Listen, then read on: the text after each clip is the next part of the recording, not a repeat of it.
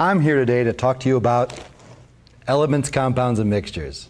You thought I was going to say total cereal, but it actually serves as a very good example of that. We reach in here and take out a couple of these wonderful flakes. The very fact that you can look at these and see different gradients of brown and more brown, but different shades of brown tells us right away we know it's a mixture. And a mixture of what, you might ask? Well, they tell you exactly what it's a mixture of right here on the label. It's got 100% of everything in there. Now, no, it can't be 100% of all those things. Those are 100% of the recommended daily allowance of those things. But one of the things that kind of might surprise you is that there's iron in this cereal. Well, you say, of course there's iron. That's important for your diet. It is important to have in your diet hemoglobin molecules, which transport oxygen in the blood. They rely on iron. But is that the same kind of iron, students want to know, as like cars are made of, hammers and nails are made of? Yes, it is. Well, if there is in fact iron in these flakes, you would think that maybe they'd be attracted by a powerful magnet. Now, I've got a neodymium magnet right here, and it's very powerful. I can show you. Oh, there's some iron in that blender. So if there is iron in these flakes, we should see a definite attraction between the flakes and the magnet. So here we go. I'm going to bring this up next to them. I'm not seeing much here. No, not even that little guy. Well, there is an attraction, but because the iron in there is rather low concentration, it's not that strong, and there's a lot of friction between the flakes and the table. So here's an idea. We'll put these flakes in their natural environment, that is, floating in a little bowl. And I'm going to fill this Petri dish actually up all the way to the top and then some, so that they float just like that. They don't tend to go toward the surface, to the sides. And now, if you watch this, you can definitely see an attraction to the magnet. Or, if I go like this, I can have it switch directions. Oh, there's quite an attraction. Let's look at this small flake we had there. It's a good question. Is it going to be more attracted by the magnet or less? It's got less mass, so less inertia, but it's also got less iron. Oh, look at those two. They got magnetized and attracted to each other, I guess. Let's see this here. The flake definitely seems to be attracted pretty quickly, too. So there is iron, and you might be able to judge different iron contents of these cereals by having little flake races across the bowl. Another thing you might try doing, though, is extracting that iron from the cereal. And that's rather easy to do. That's what I have this blender for. So I'm going to put about a cup of water in our blender.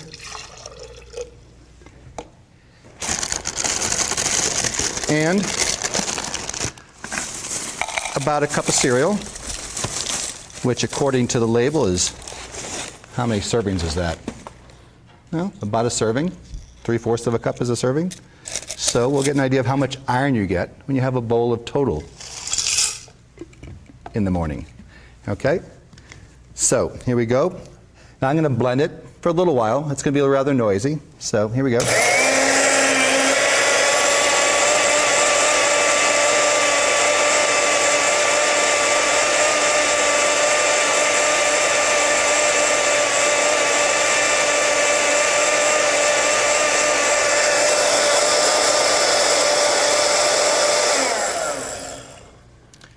That's something you could call a cereal dilution. That's a joke, sorry. Anyway, bad joke. We're going to pour this off into a cup here. This looks appetizing, doesn't it? Ooh, nice and rich. And I'm going to actually pour back a little bit here to try to rinse out that sludge in the bottom, because I know there's some iron down there. Okay? And now, when you do this, you want to make sure you use a plastic spoon, because otherwise you're going to get stuck to the spoon here. And I'm just going to hold this magnet in place for a while as I stir this around. If you make this is called a slurry, if you make the slurry too thick, it'll be hard for the iron to get through. So this is pretty liquidy here. And I think you can already see, if I move this magnet to the side, a little spot of iron that's formed there that was in there. There's plenty more in there, though, so we'll collect a little bit more.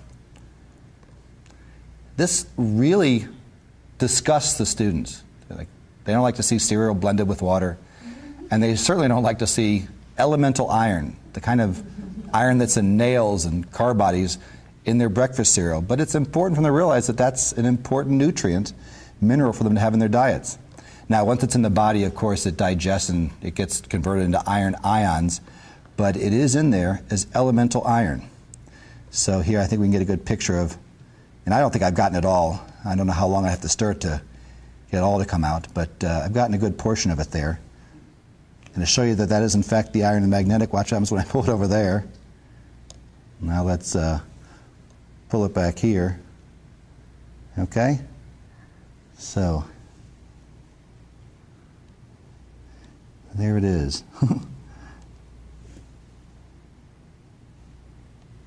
Iron in your breakfast cereal. Good example of a heterogeneous mixture and a nice little mixture separation done quite simply. Thank you.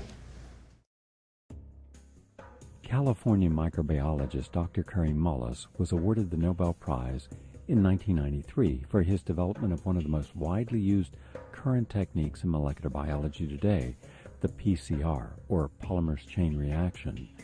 This revolutionary technique allows scientists to take a sample containing a very minute amount of DNA and replicate that DNA sequence until there are many copies.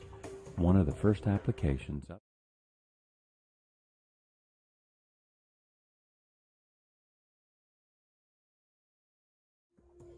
the people that are AIDS researchers now are getting neurotic if you ask them any questions. There was a time when I first started asking questions, all I wanted was, where are the papers? Just tell me the papers that you read that convinced you that HIV was the cause of AIDS, because I need to reference those papers in some of the, I was working on a test for HIV with PCR, and I needed to write a little report to the NIH and say, here's the progress we've made. And the first line of it was, HIV is the probable cause of AIDS. And I thought that was true. This is before I got involved. And I said, what's the reference for that quote? And I looked for it for about 2 or 3 years, and I never could find it. And by the end of 2 years, I'd ask everybody at every meeting that I'd gone to that talked about AIDS, I'd ask, I'd look through every computer database. There is no reference. There is nobody who should get credit for that statement.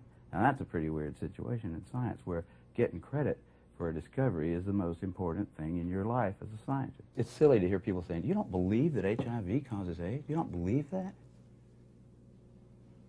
I mean, it's just a word, but it's a very, very important distinction. I think that that's why, it's become a very emotional kind of thing, because people actually, they get personally committed to what really is a body of evidence that can be analyzed, by lots of people. And at this point, there's so much of it out there, nobody can really analyze it, all of it, but nobody can write a review of it that says HIV causes AIDS because of this.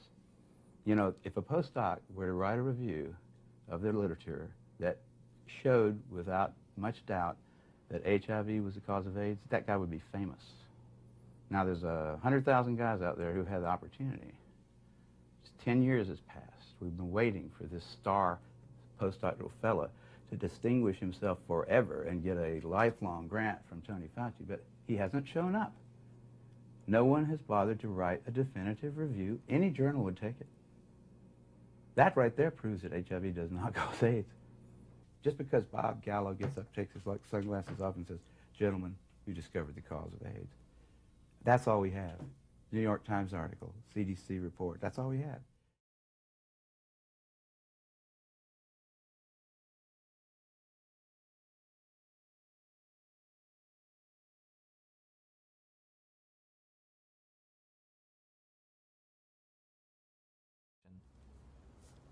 Because of the different criteria that apply in different countries, you can be considered, you can test HIV positive in one country and be given an AIDS diagnosis as a result of that, whereas in another country you won't test HIV positive and you won't be given an AIDS diagnosis. It's ludicrous that you can be positive in one country and not positive in another. Theoretically, I could be diagnosed with AIDS in the United States, but if I take 3 steps to my right, I wouldn't be diagnosed with AIDS, or I would lose my AIDS diagnosis when I crossed the border. In 1992, I was encouraged by a doctor to take what's called an HIV test as a matter of social responsibility, and I was shocked and devastated and horrified when the results came back positive. It was one of those moments that everyone fears their whole life. A week later, I take the same test to an AIDS specialist. He looks and says, "This isn't a positive test. I don't know what this test means." Since a false positive looks like a true positive, how can you ever distinguish whether it's truly a positive or a negative? Well, that's a great question. It's going to be very hard to determine a false positive. So I take the test again, and this time my results come back marked from the lab indeterminate. I'm faced with the decision, do I want to wait 6 weeks to test again or do it right away? I opted for right away. My results that time come back positive. Took it again, came back negative. I took it again, positive.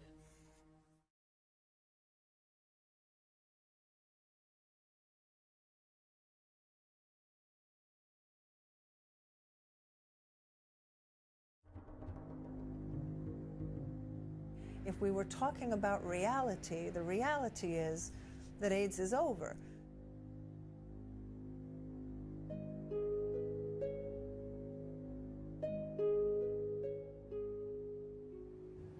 Somebody decided in the early 80s that there's this infection called HIV. And upon deciding that, I don't think it was debated enough. In 1980,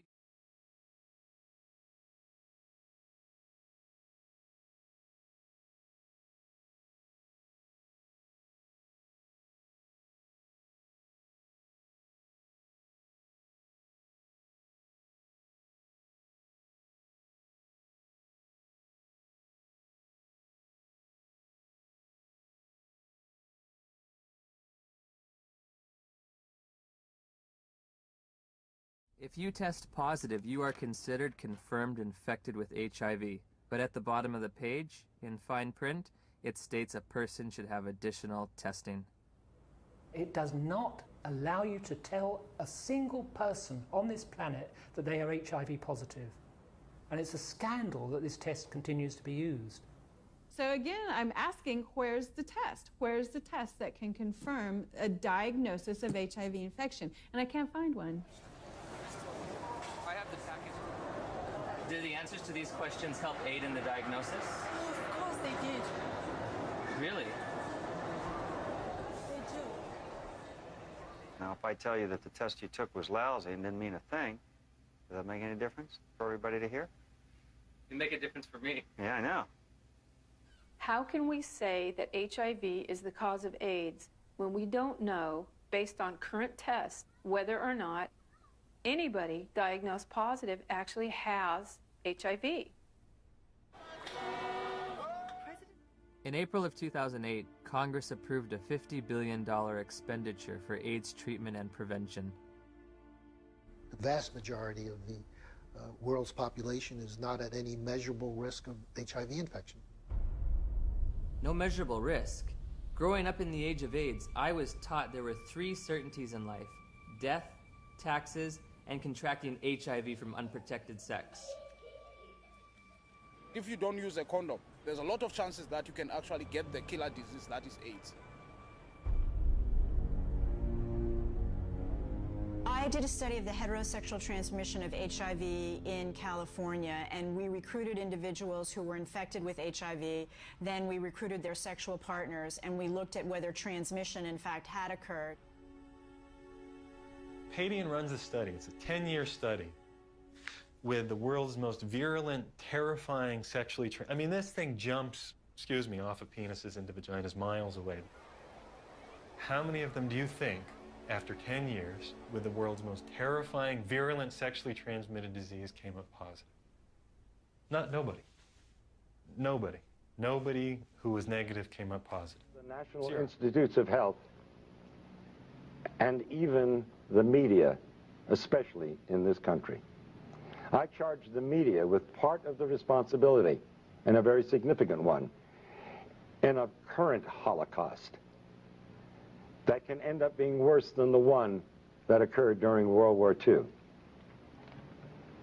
When it was first announced that Dr. Robert Gallo had found the virus that probably caused AIDS, and that announcement was made with Margaret Heckler in 1984 to the press and to the media without one single scientific document appearing in any journal in the United States.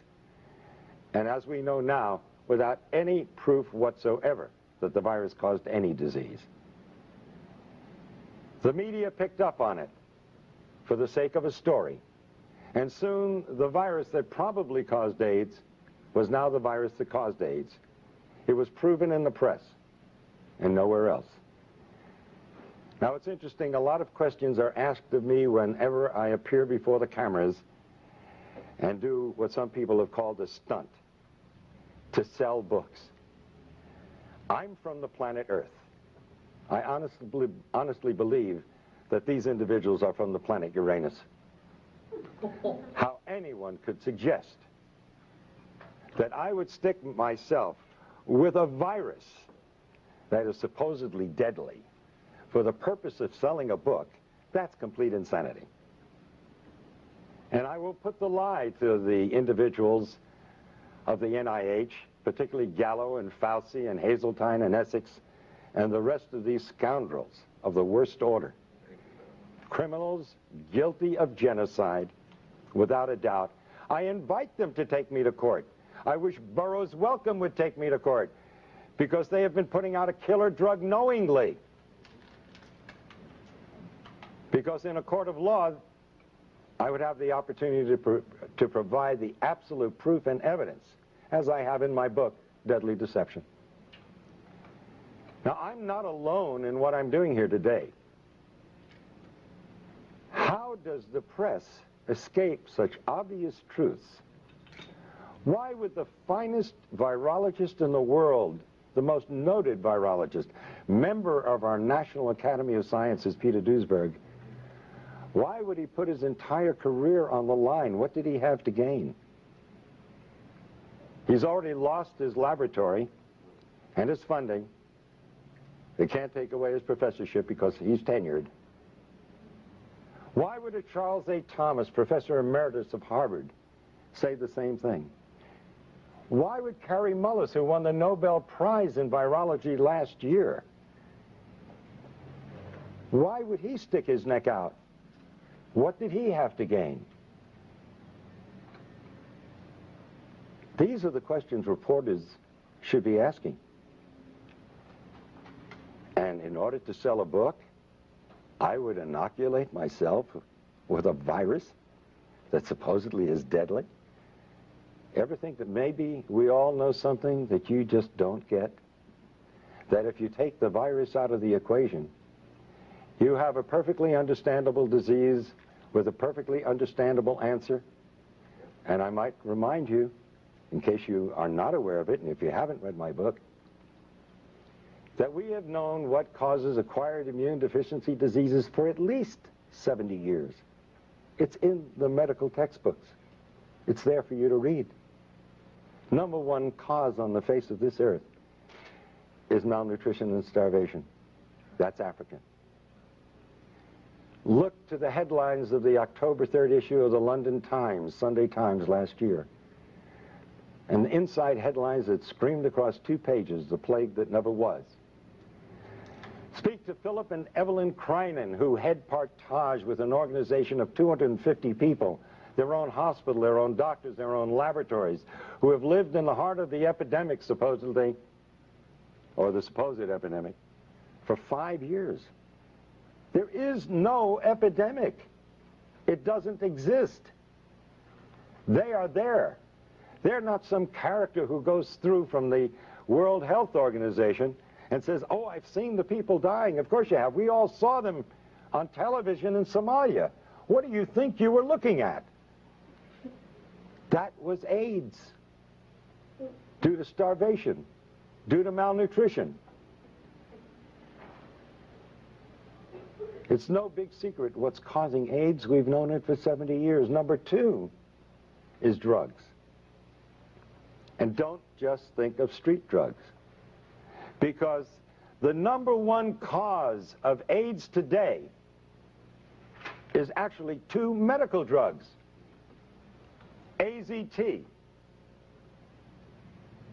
a drug that was discovered in the 60s as a chemotherapeutic drug for cancer and was shelved because it was too toxic to treat cancer. A drug worse than cancer is being used to treat people who are immunosuppressed. Now let's go back to the other causes of AIDS. So it's not only street drugs but medical drugs, but now 3 is radiation. What do they worry about at Chernobyl and Nagasaki and Hiroshima? But number 4 is chemotherapy. Number 4. The number 4 cause of death of acquired immune deficiency diseases. Chemotherapy. And the most toxic chemotherapeutic drug of all times, AZT, is what they're now using to treat AIDS. And the Concord study, completed last year. Now, can you imagine saying to the world, where was the press? Where are you people? Here they're giving a drug that costs thousands of dollars a year, and it doesn't do any good? That's if you want to believe that. But did anybody here bother to look at the insert, the paper that comes with the drug? It's a DNA terminator. It means it is a terminator, just like the movie. It terminates life. You terminate DNA, you terminate life. And they talk about side effects in the insert. When are you going to learn there is no such thing as a side effect in medicine? It's an unwanted direct effect. And you know what one of the unwanted direct effects of AZT is? Lymphoma, cancer, one of the diseases of AIDS, as they call it. Oh, another so-called side effect, which is really an unwanted direct effect, pancytopenia. You need a definition? Pancytopenia. Pan, all, cyto, cells, penia, loss of all your cells. That's AIDS. That is the definition of AIDS. So AZT, by definition, by their own drug insert, causes AIDS, and nobody survives AZT. That will eventually lead to your death. And they've cut the dosage way down because it was killing them too fast. It's like giving somebody a large dose of strychnine and they die within 5 minutes. And so the next person, you give them a few drops of it and they last 4 or 5 days, and you say, strychnine's a wonderful drug. This person lasts 5 times longer. This is the kind of thing that they present to the world. Now, I have offered for over a year now, and I continue to offer it, $100,000 to anyone who'll give me one scientific document that proves that HIV causes any serious disease. It doesn't. It is a scandal and a scam beyond belief. The virologists who are responsible for this, what do they have to gain? Now, I don't know what Duesberg had to gain, or Charles A. Thomas, or Kary Mullis. He already got his Nobel Prize. Why does he come out and say it? And he's the one that found the test, the PCR reaction. And he said that there is no body of evidence that supports that the virus causes any disease whatsoever. But what about the individuals who have perpetrated this lie? They are all multi-millionaires. What do we have to say about the National Institutes of Health when a private laboratory, independent laboratory, found AZT to be 1,000 times more toxic than the laboratory of the NIH? We can understand a 5% error in a laboratory, even a 10% error. But a 10,000% error or 100,000% error? That's fraud. And as I understand it, the word has gone out, and there's even documents and letters to prove it, that the CDC, the same organization that let blacks go untreated with syphilis, well documented, just to see what would happen with the disease. This same organization who had to admit that they can't give in on the AIDS thing now because nobody would ever be able to trust the government. I think the last election tells us what the people think about government. But science is acting no differently than politicians do. And now we have disease by politics. Isn't it strange that the same day or the day after Robert Gallo filed for a test for HIV after it was announced? This sounds like premeditation. You mean he just happened to have this test available?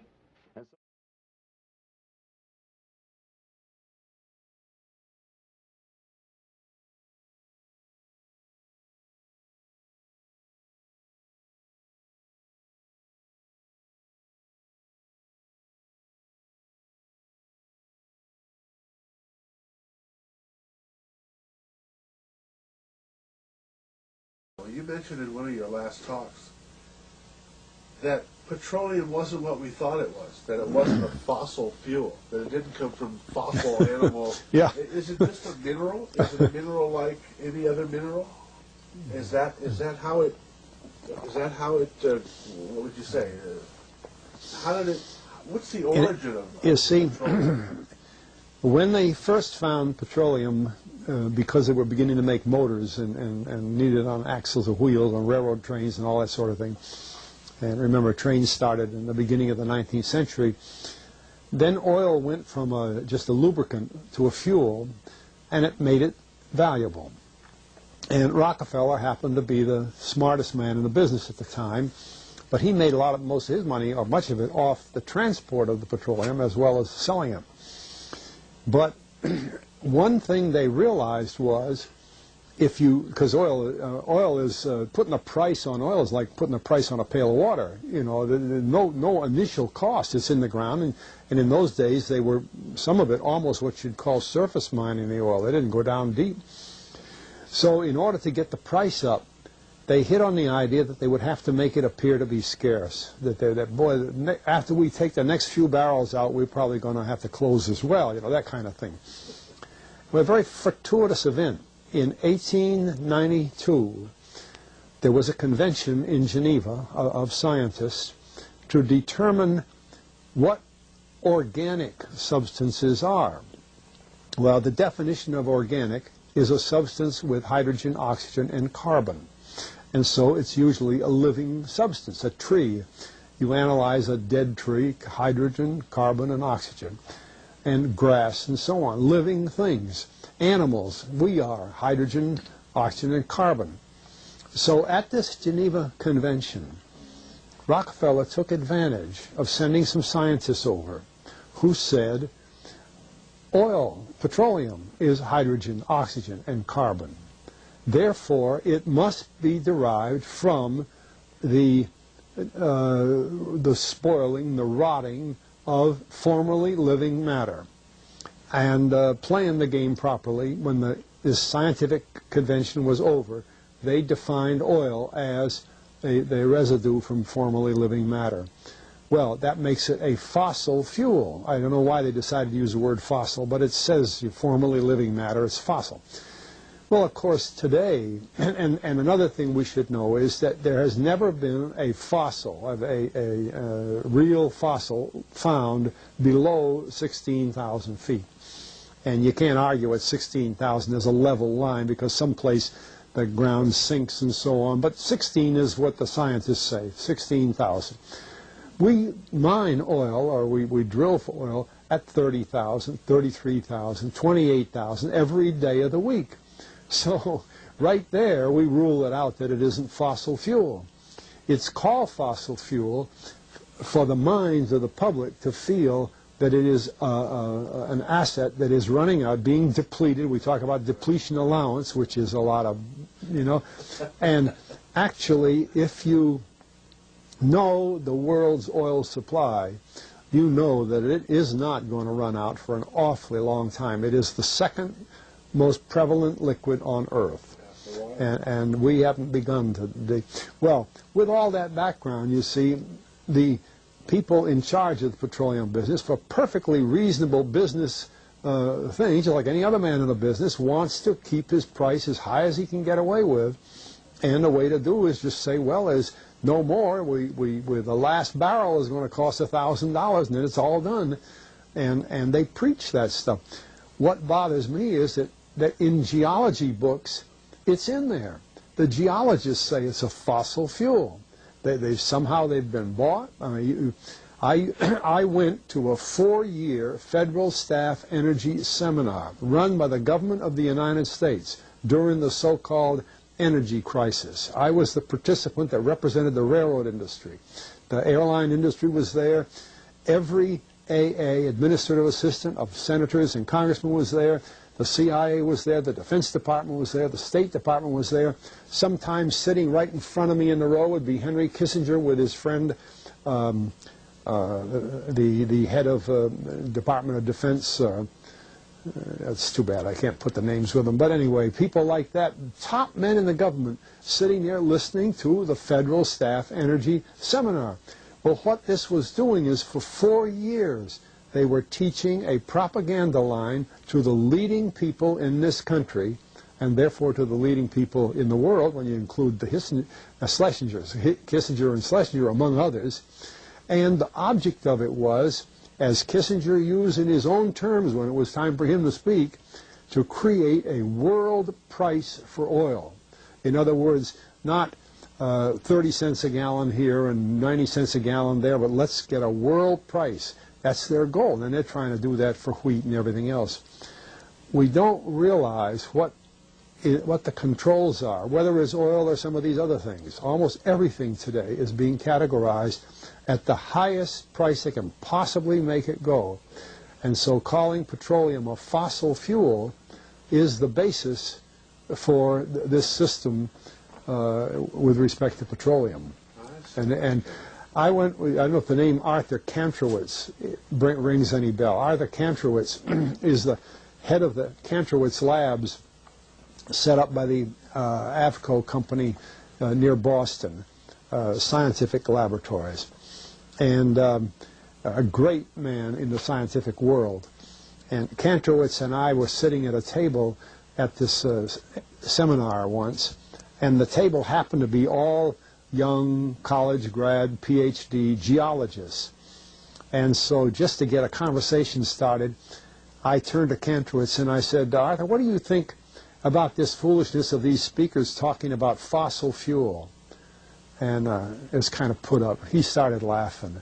He said, you know, that gets me. He says, I don't have a geology degree, but he had 1,000 other degrees. And he said, I don't understand. He said, you'd think that these heads, these other fellows at the table, we did it on purpose, start listening, you know. And he asked, he said, are you gentlemen? He says, you're here at the meeting. Are you gentlemen by any chance geologists? And one fellow, yes, I am. And the other, yeah. He said, well, why don't you tell me? He said, why is oil? You know, and he went on like that. We brought the house down because nobody could argue with Kantrowitz. He like Einstein. People aren't going to. And he told them right there. He said, just drop it. But it's in all the books and in all the papers. But it started from that strange meeting in 1892, a scientific convention. I have a big, thick scientific encyclopedia put out by the Diva Nostrum Company that's about 15 years old now, but it has the whole story of the conference. It doesn't have the Rockefeller part, but it has the whole story of how they straightened out organic chemicals and how it was all figured, and they've got petroleum right in there. Amazing. Amazing. So these aren't accidental things, you see. There's a dollar sign behind almost everything. You create the world of the dream. We bring the subject into that dream, and they fill it with their subconscious. How could I ever acquire enough detail to make them think that it's reality? Well, dreams, they feel real while we're in them, right? It's only when we wake up that we realize something was actually strange. Let me ask you a question. You never really remember the beginning of a dream, do you? You always wind up right in the middle of what's going on. I guess, yeah. So how did we end up here? Well, we just came from the, Think about it, Ariadne. How did you get here? Where are you right now? We're dreaming? You're actually in the middle of the workshop right now, sleeping. This is your first lesson in training.